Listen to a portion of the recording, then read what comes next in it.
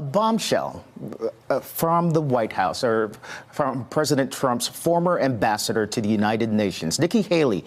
In her new memoir, she claims two top advisors to the president, former Secretary of State Rex Tillerson and former White House Chief of Staff John Kelly, recruited her to undermine him in what they called an effort to save the country.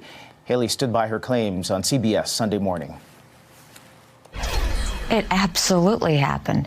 And instead of saying that to me, they should have been saying that to the president, not asking me to join them on their sidebar plan.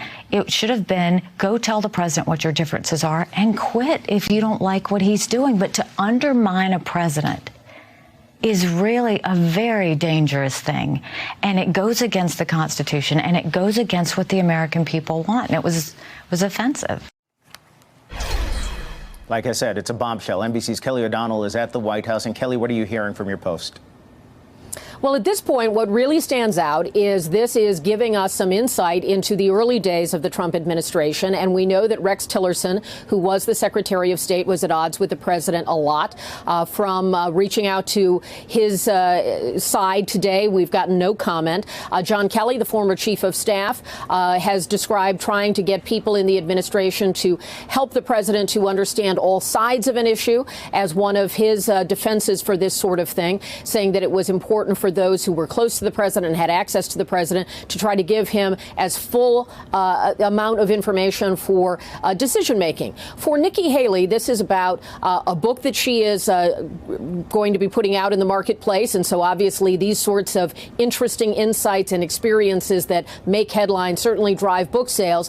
And she is also someone who has largely been thought of as a potential future presidential candidate. Of course, she was chosen to become the U.S. ambassador to the United Nations from being the governor of South Carolina, one of the early states, and always with the potential for a political future. And so this certainly raises questions about how she will position herself after her time in the White House. Clearly, she is remaining allied with the president, at times critical on certain matters, but also giving us a window into what she thinks was an improper way that some of the people who are no longer serving the president were trying to deal with governance. And we have been talking about this kind of issue almost from the beginning, because there's always been palace intrigue when it comes to the Trump White House. And now Nikki Haley is one of the most prominent, most well-known people to give her own insights on this. And that's certainly going to drive a lot of attention in the days ahead. We've had no comment yet from the White House. I reached out to them to see if they had any